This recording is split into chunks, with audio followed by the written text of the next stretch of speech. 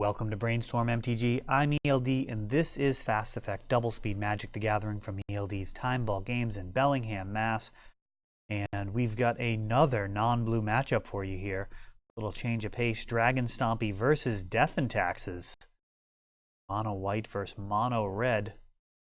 Both of them very interested in locking their opponent out, or at least strongly disrupting their game plan, while beating down with whatever creatures they happen to have on board.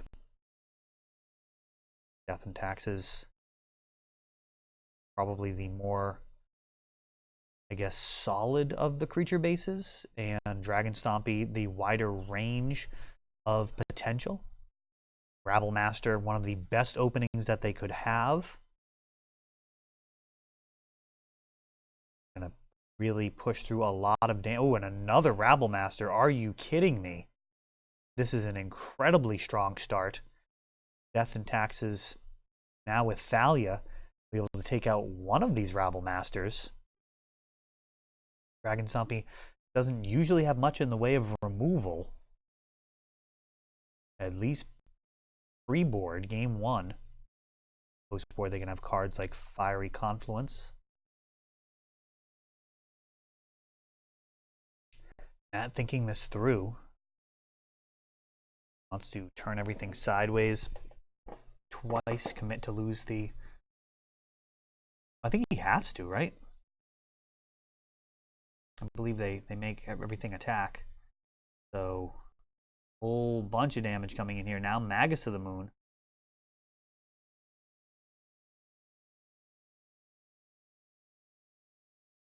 Thalia swinging in for 2. Flicker Wisp resetting her.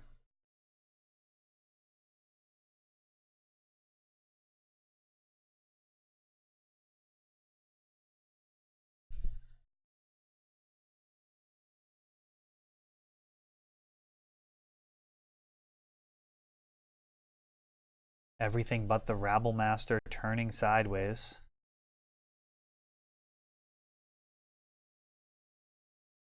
Flicker Wisp and Tomic.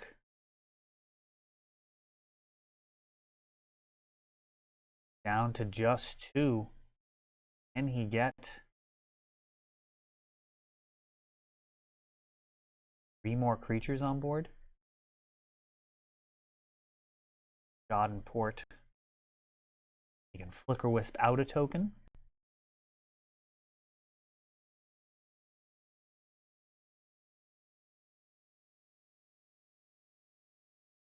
Flicker Wisp takes one of them out, blocking here, and 1 damage coming through. I thought it was going to be 2. Calculated there, apparently. Recruiter of the Guard now. Lucas had just 1 life. May have stabilized, even though this is a red deck. It really doesn't have much in the way of reach. Recruiter of the Guard could be over here. Probably grabbing a Flicker Wisp and then resetting Recruiter of the Guard to go get something like Stoneforge Mystic. See what line he takes.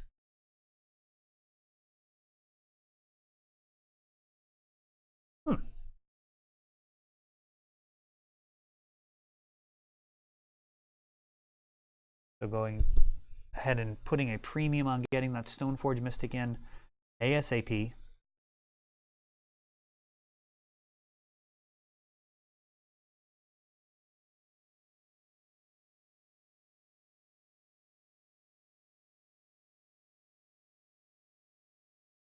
Matt really with his back up against the wall here. Like another Rabble Master. That was Jite going onto Tomic. He's going to get a couple of counters.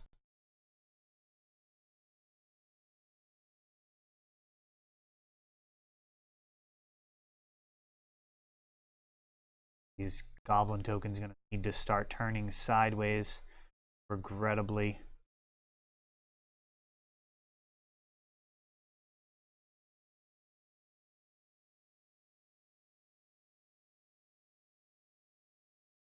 just some blocks.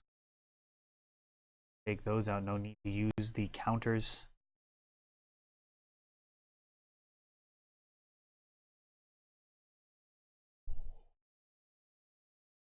Death and Taxes here just stabilized. Alice Jailer now. And now Lucas has everything going for him. He's the Monarch, going to be outdrawing 2-1. And Matt says, that's enough. Let's move on to the next game. So Dragon Stompy had a very good start. Death and Taxes barely holding on by just 1 life. I actually thought they were dead. I must have miscounted the number of goblin tokens there. And Lucas finding a way to stabilize at just 1 life. Aether Vial just does so much work in these type of decks. Up and down the curve, you have Mother of Runes into Thalia, Revoker, Stoneforge Mystic. At the 3-drop, you have Recruiter of the Guard, Flicker Wisp. So much you can do. And Recruiter of the Guard just, I think one of the kind of, I don't want to use the word finishing touch because the decks are always evolving. Death and Taxes, every time a new white creature comes out, people are asking if it can be played in Death and Taxes. But Recruiter of the Guard really kind of tied the whole thing together, making it so those new white printings actually are somewhat reasonable to test out. Things like Tomic, adding a single copy of it when you have Recruiter of the Guard in there, it's actually really solid. Really not a bad idea to get some tournaments in with it, see if it actually earns its space in the deck. Because you can do quite a toolbox setup, and having some game 1 cards that can potentially blow out matchups is not really a bad thing.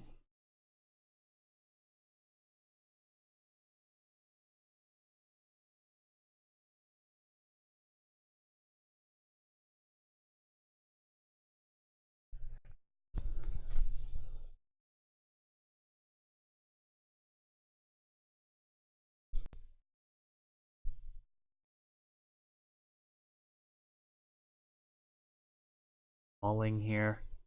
One of the final events prior to the London Mull. I am recording this video. The sky has not fallen, and Legacy still remains intact. Great format. Was not ruined by the London Mull. Control decks have done extremely well. Ren and 6 decks are actually doing very well.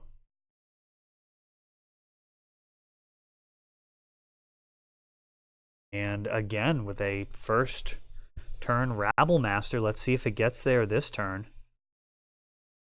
Lucas with a slow start. 6 damage here.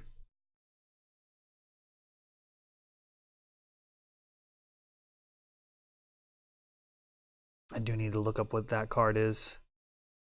So it's 2 in a red. It's a 1/1. That's all I know about this card so far. We can piece it together here if it actually sticks around. Walking Ballista, thrown into that Revoker. And apparently that has Death Touch for players because Lucas just scooping it up. Now, I don't know what that card is, so let me know in the comments. This is the second video that I have been stumped on that. Yeah, Lucas scooping it up there to overwhelming amounts of goblins early on here. Goblin Rabble Master really doing some serious work. No ability to stabilize there without Aether Vial. Aether Vial barely let him hold on. And really it's the claws forcing other goblins to attack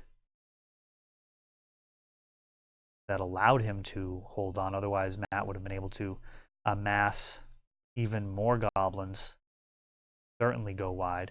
Rabble Masters together don't really work as well as you'd hope. The fact that they make other goblins attack means that they both have to attack. Usually Rabble Master can sit back and just make tokens. Which again, you know, if they're swinging into unfavorable combat situations, they're not going to stick around for long. It's not like a dedicated goblin deck where you have a lot of ways of leveraging the fact that they're goblins, things like Goblin Chieftain or anything like that. Dragon Stompy pretty much just hoping to go uncontested. Got a Wasteland into Aether Vial. Chrome Mox into Ancient Tomb. And I believe that was a Crater Maker taking out that Aether Vial. Stoneforge Mystic now grabbing Batterskull. And we've got a Morph. Probably Zoetic Cavern. Just a utility slot there. It's a land, taps for colorless, but it can also come down as a body, just upping the threat density in the deck. Potentially giving mana ramp, though that's rarely the use. And Batterskull here, swinging, starting to put some real pressure. Mother of Runes and Aether Vial. Lucas's board looking overwhelming. Lucas on the cusp of winning this matchup. It feels like he'd been losing the entire time up until just about now. Game 1, he was on his back heels the whole time until he stabilized. Game 2 was an absolute murder.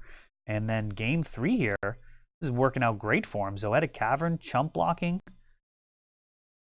And that's going to do it. So Lucas hangs on, hangs tough, finds a way to win in 3 versus a very game opponent with Matt on Dragon Stompy.